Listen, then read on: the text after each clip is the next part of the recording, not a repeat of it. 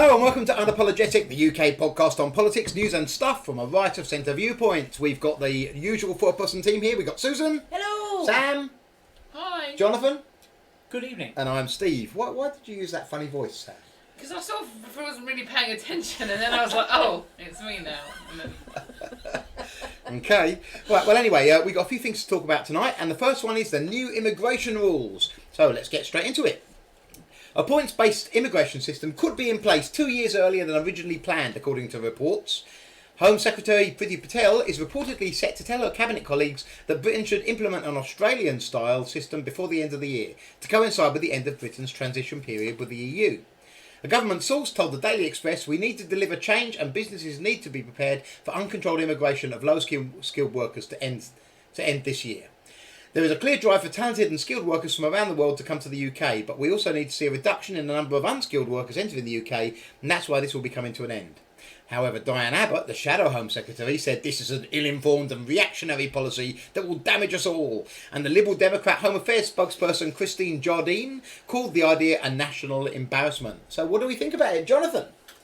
I'm glad you asked me. Oh, not the notes. Not the notes. Well, Yeah. Well, the thing is, I mean, I know very little about the immigration rules, so I thought, Google this, go and have a look at it, and what the present changes which are implemented today. There was a statement of changes in immigration rules which ran to, get this, 44 pages. So that's 44 pages of changes to the immigration rules. So I thought, if that's the case, how many pages are the immigration rules? And the immigration rules currently are 1,177 pages, which is about the size of 5 novels, you know. Well, they haven't been doing much for that many pages, have they? I mean, people have just come whenever they like. What does it say? Well, This is real. Oh, don't ask him to read them all, Susan. He will. Don't let anyone think this is interesting. page 1. What do you think, Sam? What do you think about this? I want to know who is going to pick the cabbages. Not this old chestnut. No, you say that, but who is going to pick the cabbages? Who is going to do the farm and field and factory work? Do you honestly think they were never done before, though? Yeah, but And they sat there and said they were going to limit unskilled workers. They're not just going to stop them, they're going to limit them. And also, let's not pretend that the only people who are doing those jobs are immigrants, because they Yeah. absolutely aren't. There's plenty of people who were born here who are doing all those jobs as well. I mean, you're right that it's going to present some challenges to certain trades that rely on a heavy lot of immigration from, at the moment, I think, the EU. But don't think the government hasn't thought of that. I mean, there's lots of get-arounds in the clause. They can say that a particular job is one we're looking for at the moment and let people in on that basis. No, I think the problem is the government think that all these people that are currently on the dole are going to go out and start working picking leeks all day long, and they're going to be very in for a big shock. These people are not going to be picking leeks all day long. They might do occasionally one day a week for a bit of cash in hand to top up the dole money, but do not see them all suddenly overnight going into the fields and factories. You What say about that. young people then? I used to Yeah. work on the land when I was younger. I used to do strawberry picking, apple picking, plum picking, you name it. We do live in the fens, so that's what we all did when we were younger. I mean, half the problem with getting jobs these days is that we've made it so difficult. You've got to fill in 1,000 forms and go through 17. In the old days, like when I left school, I hate to sound like a boomer, but when I left school, you could walk through the industrial area, knock on every business and say, "Is there a job?" And someone would give you one. Yeah. Good luck with that now. Well, that is true, because I think you're right. It is now really difficult for people to just go and get jobs because there is so much regulation. But also a heavy supply of workers. Having said that, the only people who do go around businesses in town asking if they've got work are people from Eastern Europe. They've got more get up and go. Most of, I think that's a bit broad brush, because I know quite a lot of English people who've got plenty of get up and go, and in But some, they're all I mean, we working. shouldn't say all English are like this or all Eastern Europeans are like this, because they're all different. But I mean, you're right that there is certainly a lot of energy in the people who've come here from elsewhere, because that's why they come. But They, I don't buy the argument where people say, "Oh, I can't get a job. There's no jobs available." I mean, when I used to work in care, which wasn't even that long ago, a couple of years ago now, and we were desperate, absolutely desperate for people to work in care, absolutely crying out for people. But as long as you came, you didn't have a criminal record, and you were barely, at least somehow competent, you would have got a job with them. But people just weren't applying for them because they just thought it was somehow beneath them, and that's not a good society to be in, really. Well, I mean, it's to be fair to care workers, it's a tough job, isn't it? It's a demanding yeah. job that takes its toll on you, and I think perhaps that's worry some people. But you're right. I mean, I think what you've got to remember is if you couple the more availability of jobs with perhaps a slightly tougher outlook on how benefits are given out and who to try and focus it on people who really need it, then you get a situation where gradually the working situation changes in the country. I mean, I remember when I first moved to Wisbech and I was desperate for work. I worked in loads of factories. You just doxed yourself Quite again. a few people. Yeah, everyone knows where I live. It's not a big secret. But yeah, I just remember that everyone was saying to me, a couple of people I was speaking to that were on benefits were saying, I don't want to work in a factory. And I just thought, what world have we got to where it's more shameful to work a hard, honest day's work than it is to be on the dole? I just don't understand how we got to that situation. Yeah, but it doesn't represent everyone, does it? It's Well, no, a certain sort of person has that view, but plenty of people are out there will take any work they can get. We know people who will take pretty much any job they're offered, don't we? And fair play to them. Just to kind of give you a little bit snippet out of the changes that have been made. If the applicant's field is within the film, television, animation, post-production and visual effects industry, they must meet at least one of the following. The applicant has won, or within the last 10 years from the year of application, have received a nomination for at least one of the following awards. An Academy Award. Or 2, a British Academy Surely of they get an Film... Academy Award, they'd just be welcome in anyway. No. I think It's written- they're they specifically need to- targeting somebody here. Yeah. aren't They need to have got it within the last 10 years.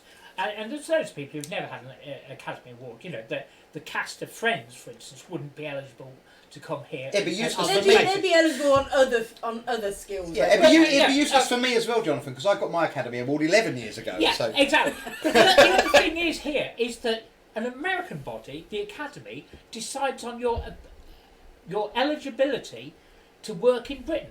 How does that work? I think you're focusing on the small details rather. I mean, There's let's have Susan over has 1,000 pages of small details. Let Susan tell us what she thinks about all this. I think it's really interesting. I don't see it as a bad thing. I see it as a good thing, if I'm honest. You're totally right. When I was younger, there was no fear of not getting a job. There was no fear of that whatsoever. Everyone had a job lined up. You could walk into the nearest factory. Absolutely fine. You're right. The market has been flooded.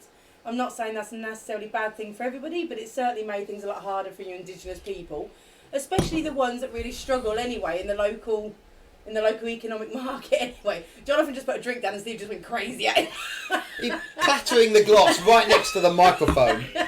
Honestly, unprofessionalism of this team. But yeah, so I don't know, I think it's a good idea. I'll be interested to see how it pans out. They need to make sure they do it for the good of the country and for individuals as well. Remember, the point is it's a points-based system, but what gives you the points can be adjusted. If it's Yeah. not working, they can change it. The best bit for me was the extra points you got for speaking English, because nothing prevents integration more than inability to communicate with one another. And if I was to go and live, if I was going to go and live in Spain, I'd do my damnedest to have a good understanding of Spanish before I went, because I know that barriers would come up in front of me if I didn't. It's obvious, isn't it? Well, I think one of the interesting things here is you can understand now why they make a big fuss about the Academy Awards, because as soon as you've got an Academy Award, you're entitled to live and work in Britain, and that is really why these people are so happy getting this award. I'm sure that's not the only reason. I thought there was a... It all makes sense now. Interestingly, the Labour and the Lib Dem and the broadly lefty kind of pundits have been standing up and damning this and calling it all the usual ists and phobes. But on social media, the response has been pretty positive. People have been saying things like, about time, and this is what we've been asking for, and exactly. So, at least politically, it's quite an astute policy, don't you think? Well, yeah, I suppose if you want to play to your fan base, it's quite good, yeah. Well, also to people, I mean, you say fan base, but I think broadly centrist I and people just might have think centre. I think people can. I wasn't being funny. I do think Conservatives will support this, definitely. It makes a change for them to do something lately that we're going to support, rather than just try and push all this other stuff Boris has been doing lately. Well, that Cracking actually, down on its corporation tax and stuff like that. yeah. Well, to be fair, that business about the mansion tax, that wasn't Boris, was it? And the person who apparently it was is now gone. So Boris took some action on that. We've got a new chancellor, haven't we? Who I think has made a pretty Rishi good Sunak, start. yeah, looks like a good guy actually. Anyway, let's move on. Next item is floods in the UK. So, parts of the UK which have already been saturated by heavy rainfall and flooding are braced as forecasters warn of further wet weather. The Environment Agency said there were 106 flood warnings in place for England on Thursday morning, including 6 severe warnings indicating lives were in danger in communities near the Welsh border. Persistent rain has seen the Met Office raise yellow weather warnings across parts of the southern Scotland and Strathclyde, northwestern England and Wales as recovery efforts continue following Storm Dennis. So it looks like we've got another weekend of bad weather to look forward to. Are we going to cope with it well or badly, Susan? I think the British thing is always we'll cope well with it. My heart breaks for those people that have been affected, though. That must be absolutely soul destroying not to be able to prevent the destruction of your own home. I just feel so sorry for the poor little buggers. What do you think, Sam? I just want to know what this storm's going to be called, because it'll have to be something dealing with an E, won't it? So will it be Storm Emma, maybe, or...? I think they use a name book and they take the next name after the last one they used of the next letter. So it's whatever the next one is in the name book. Well, it'll be something beginning with an E, obviously. I mean, I think we're lucky here. We live in a place called Finland, and because we're below sea level, we have a lot of flood measures in place, and our rivers are dredged, and so although we are prime for the sort of place that should be flooded, we tend to do rather well with flooding. But other areas, I think there's a lot of criticism coming in for the lack of dredging around the country, isn't there, Jonathan? I have no idea, but one of the interesting things about this, from my point of view, is that a lot of this is areas where people living in houses which have flooded on numerous occasions before and haven't yet taken the hint that this is a bad idea living here, or they live in somewhere, it's called damp bottom, and the name isn't the clue, Yeah, but what do you do if you've got a house that name. floods? Nobody's going to want to buy it from you. Some people are actually a bit stuck, aren't they? I mean, when you buy a house, I suppose these days people do have a look at the floodplains and stuff, but you still take a bit of a gamble, and you do expect your local authority to at least dredge the river. Yeah, don't I was you? going to say, they do have a responsibility to do that, don't they? And the next storm is called Ellen. What I find frustrating is, although they're very quick to criticise places that flood, nobody ever says, "Oh, we haven't flooded, so well done, local authority, for taking the measures needed to prevent it." Because it's a little bit like potholes, isn't it? Everyone moans about potholes, but nobody ever faces no potholes, and that's because you notice the thing that causes an effect, but you don't notice the thing that doesn't. And I have to say, all the last few months, I've noticed our dikes and rivers getting dredged. Actually, It's good here. It's good here. We have a really good, proactive, really good agencies that look after us, so it works out well. What are you doing, Sam? Harassing me. Pointing out that Jonathan's getting moves. Oh, moves! I don't think they're moves. I think he's got a very manly figure. Trying to cover him up now and doing badly. People who are listening, you're lucky you can't see. Okay, moving on to agenda item 3. Lecturers strike. Staff at 74 universities across the UK are beginning a 14-day strike over pensions, pay and conditions. Damn those tough conditions for those lecturers. The University and College Union is holding strikes between the 20th of February and the 13th of March and has estimated more than 1 million students will be affected. The union described this latest strike as solid. It follows 8 days of action in November and December. Action also took place in February and March 2018, meaning some students faced disruption for the third time. The universities say strikes are not the way forward and have promised to do all they can to minimise the impact of industrial action on students. So, hard-pressed, what do you think, Jonathan? Hard-pressed lecturers? In a way, that's not the issue. The issue is that there's a contract between the student and the university, and they are customers. Yeah. There's a guy called Joseph Ford, who's sort of third year at Sheffield University. He's actually taken the university to court over claims for about £3,000. And when you start thinking of the damage to your education by people who just want to have a strike, really, what you should be recovering is not just the pro rata, the bit of education that you have paid for, but also the rent that you've had to pay to sit around for a fortnight while these people, have their strike, and also the possible effect on your grades and, by extension, your long-term earnings. And my view is that there needs to be a change in the law, and the law should make it the lecturers a contractual party to the students' deal. So, in other words, they should be able to recover off the individual lecturer, because it's the individual lecturer that is causing them damage. Now, but that's not the way it works in other businesses, is it? I mean, if you work for a plumbing company, for instance, and you do something wrong, it's the company that that deals with that. The plumbers You don't don't go on strike personally. though, do they? Plumbers can't afford to go on strike. You're a plumber, you Fair don't go point. to work, That's you a don't fair get paid. point. I mean, so I think you make a fair point, Jonathan. But I guess what the lecturers will say is they're not. How else do they get redress for what they're unhappy with? I mean, Well, I'm not Find Find defending. another job. Find another job if you're if you hate your job so much, leave. Yeah. No one's making them be a lecturer. No, there's not much sympathy for the lecturers here. What do you think, Susan? What conditions are they unhappy about? They're unhappy because their pensions, inverted commas, are being cut. What's happened is that basically their old pension scheme was unsustainable. Well, let me And just so let me just. they've ended that scheme and brought in a different scheme. I've got a little bit of detail here. Let me read it to you. It says the UCU says 50,000 of its members will take action over workloads, pay, and a 15% gender pay gap. Increased casualisation and changes to pensions for staff in the university's superannuation scheme. The union is angry members are now having to pay 9.6% in pension contributions, up from 8%, and wants universities to pay the full increase instead. In addition to striking, union members are taking other forms of industrial action, including working strictly to contract, not covering for absent colleagues, and refusing to reschedule lectures lost during the strikes. So that's a bit more detail for you. I just think it's outrageous. I had this when I was at uni. One thing I hate about university is, first of all, you are mandated to join the National Union of Students. Forced unionisation, I really disagree with, and there's no physical way you can leave it. Literally no way. Which I think is outrageous. And the second thing is, I used to always get in trouble if I missed a lecture for any reason. It was like, oh, this is your education, blah, blah, blah. But it's okay for them to take 3 or 4 days off for a strike. And that you've paid for. You're paying like thousands of pounds a year to go to this university. Well, you're getting loaded for a up with debt, aren't you? Yeah, and they just feel like they want to just strike. But it's just the university is absolutely full of lefties.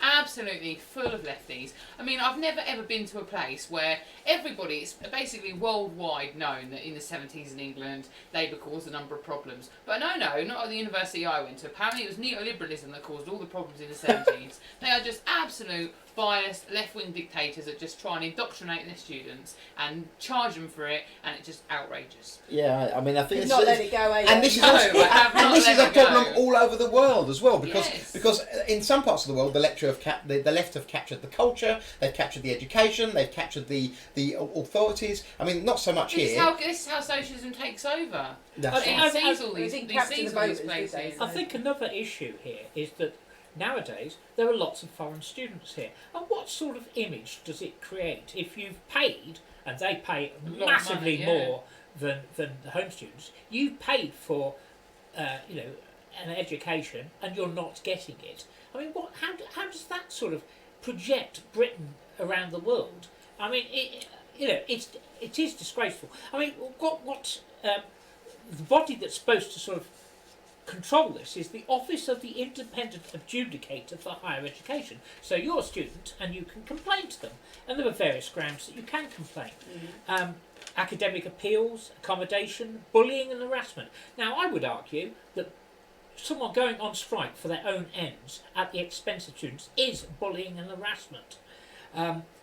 Disciplinary matters, including plagiarism, discrimination. I would argue that going on strike for your own interest, as against those of the students, is discrimination. No, I don't know. I think you're pushing it there. I'm not, sure, I would- I'm not sure how plagiarism works, because surely they're all teaching stuff that other another people have issue written. you can complain on is teaching provision and facilities. Well, there you go. Clearly, that's if a they're good not providing it. one. Yeah. And another category is unfair practices. And I would say, going on strike in term time. I have no problem with lecturers going on strike during, the breaks. And again, simple legislation said you can go on strike, but it will be during the breaks. And Not- God forbid that you pay for a bit of your own pension too. I would be really interested to see what their workload is, because when my daughter went to university, she sat there for half the week not doing anything and desperate for lectures because she didn't want to spend 4 years there. They could have easily put all of her lessons into 2, and that was with quite a lot of time off. So I'd be quite interested to know what their actual... Sam made an interesting Workload point is. when she was saying, look, this is what the left do. They take over all these institutions so that they can indoctrinate people in left-wing thinking. But how did that work out? We've got President Trump, we've got Prime Minister Boris. It's bouncing back on them, isn't it? It quietens the voice, it does not change it. Yeah, I mean, the origin of this is the riots in Paris in the 60s, and John Paul, whatever his name was, saying, first now No, Jonathan, hang on. march through We the bring you as institution. the voice of intelligent knowledge, not the John Paul whatever his name was. That's not acceptable. Well, You've not done enough notes. It was French, so and they all sound the same well, anyway. fair so- enough. Yeah. Yeah, Bit of It's casual French. racism there. yeah, exactly. Heard about the Chinese last week. There's no one who doesn't like a Chinese. So. Okay, moving on swiftly. Okay, so that's all the things I've got on the agenda. But apparently Sam has got item 4 for us. So Sam, what's our item 4? So, half of Britons take their mobile phone to the toilet. Britons in Leeds, London, Belfast and Birmingham are likeliest to indulge this unhygienic habit. Half of British adults take their mobile phone to the toilet. 16% admit to taking their tablet with them for company, and 4% are accompanied by a games console. For company? Yeah.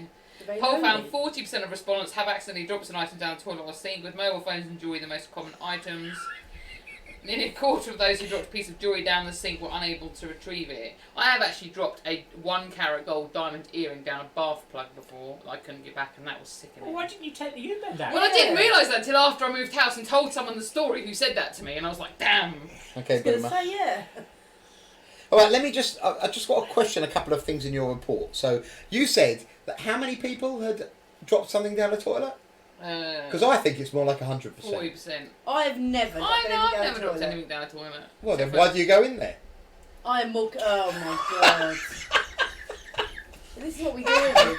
This is what we deal with. Well, I mean, I just want to be specific. I want to get the facts right. That's They the mean point. drop something other than Other than what you go in there Other to than put, what you go yeah. in there. Something additional. additional item. Additional items, yeah. Do you take your phone in there then? Yeah, every morning. That's my part of my Look, morning in the routine. old days, Part of my morning routine. in the old days, everybody took a book, didn't they? And in toilets often had Shampoo books left in bottle, them, yeah. and you pretty much read anything, don't you? And now the phone is the perfect company. It's part of my morning routine. I wake up, sit on the toilet, read my phone, and I for literally about half an hour, even when I finished, I just read my phone. Then I go and lay on my bed for a little while, read the phone. Then I go back in, have a shower. Then lay on my bed a bit more, reading Put your my hand phone. up if you Why haven't are you got just kids. criticising What the you just lecturers? said I've Why are you never just done. criticising the lecturers for their lack of Yeah. work? It sounds like you do nothing. No, I have to get up early because it takes me like an hour and a half to get ready. Not because it doesn't take me time to get ready. I just procrastinate. Literally, I've got an hour and 15 minutes of doing nothing other than doing things, looking at my phone, need and to then be- 15 minutes of quickly showering and rushing out the door. You've met my youngest, right? I literally wake up with her face in front of mine. Good morning! Every morning. It's like, hi, I'm up, I'm done, I'm out. Oh, Jonathan, lucky what, do you take your phone to the toilet? No. Jonathan doesn't The even have other to use phone. his John, phone. Yeah. Jonathan's like, phone? What's a phone? How can I reach that from the hall where it's attached by a wire? I've got a mobile phone, but I mean, Do you use it? we've got sort of piles of, I can't dial the rotary numbers from the Does anyone, toilet, can ever, I? does anyone ever make phone calls when they're on the toilet or in the bath? Yeah. That, Oh, Pete, that's just not appropriate. Nobody wants to hear those. Nobody wants to hear those sounds in the background. I've certainly It's used. sort of like an unsaid thing. If you're on the phone to someone and you can hear the sound, you just can't you mention just it. don't, you don't Because talk you know about they're it. doing it, but you Yeah. just don't talk about it. You just I've pretend you haven't heard certainly it. used a mobile phone whilst using a urinal. Oh, it's, How's that even possible? we hold really, one with one yeah. hand and one with the other. It's easy. Well, I don't know if easy is the term I would use. Because at some point you've got to re-zip and stuff, right? If you're a male. You say, And- hang on a second, and then And where do you put the phone? What I want to know is that Balanced on the urinal? Because that's a you're disaster both, waiting to so happen. easy, you're both so easily believed that you could hold it with one hand as well. Oh. The phone I'm talking about. Yeah, we know what you're talking about. But anyway, I just think, I think it is acceptable. what were to the use your phone cities on that the were toilet. mentioned there in that report? Leeds, London. Why they singled them out? If you go for a wee and talk on your phone, do you tell the other person you're doing it? Depends No. if you think they heard. Well, that's just creepy. They need to know. Well, there needs to be a disclosure at the beginning I of that actually think it's relationship. I'm just going to warn you, before I'm we having start a- this call, something is happening which I involves actually the think toilet. it involves a level of friendship. Like, there's certain Yeah. people. Jonathan, you can't say slash on our podcast. There's certain people that I would never call when I was on the toilet or in the bath. But like, there's other people. Newspaper editor. Yeah, if you're a good friend, then I could easily if you've moved to the stage where That's I'm a trick talking question, by to the way. you You'd on never the call the toilet. newspaper editor. No, but my point is, if we were at the stage of our relationship where I'm calling you from the toilet for a number 2, then we're real close friends. Well, everybody can't wait to be that intimate, Sam, I'm sure. Viewers are like, oh, I wish we were that intimate with Sam. phone calls now, are they? They're going to be like, nope. No, No. Sam's ringing. What's the time? It's earlier than 9, not answering. Okay, guys, I think we've pretty much brought this to a close. And so we have been Unapologetic, the UK podcast on politics, news and stuff. From my right of centre viewpoint. Say goodnight, Susan. Night. Sam. Night. Jonathan. Goodbye. And I'm Steve. Talk to you soon.